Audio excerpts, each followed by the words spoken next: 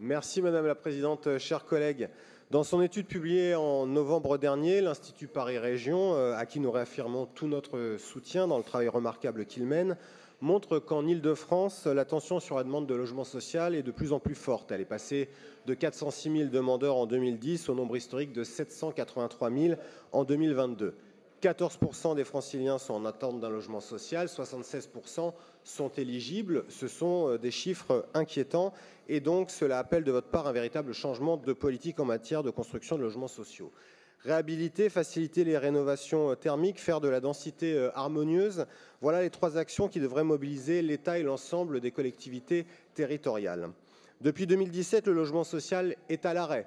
Et les différents gouvernements d'Emmanuel Macron qui se sont succédés n'en ont jamais fait une priorité. On paye aujourd'hui le prix fort de ces choix politiques. Si l'État ne joue pas son rôle, la région, elle aussi, est absente de ce combat. En près de 9 années depuis votre arrivée à la tête de la région, le soutien financier à la production de logements sociaux s'est effondré. Vous parliez tout à l'heure de la France qui se lève tôt, mais les classes populaires, les classes moyennes, ce sont elles qui ont besoin justement de ce logement social. Or, vous préférez finalement soutenir les maires hors la loi, les communes, notamment les communes carencées qui ne respectent pas la loi SRU. Aussi, Madame la Présidente, qu'entendez-vous faire pour impulser de véritables politiques régionales en faveur du logement et notamment pour le logement social?